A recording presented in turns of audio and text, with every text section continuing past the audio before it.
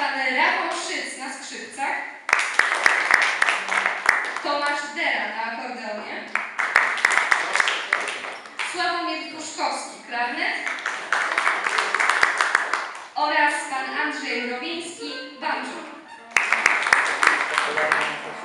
Zapraszamy na koncert. Proszę Państwa, to bardzo tak w nawiązaniu do tego, co myśmy tutaj na korytarzach widzieliśmy, te piękne zdjęcia, że wielu wejherowian pojechało do Ameryki. Oni nam przysłali. Pierwsze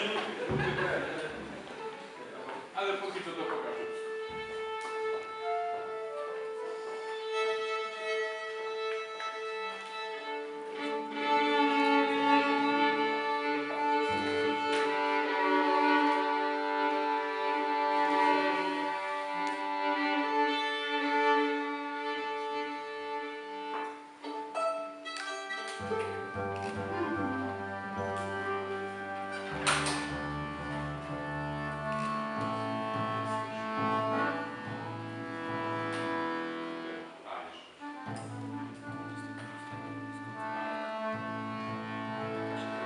Thank you.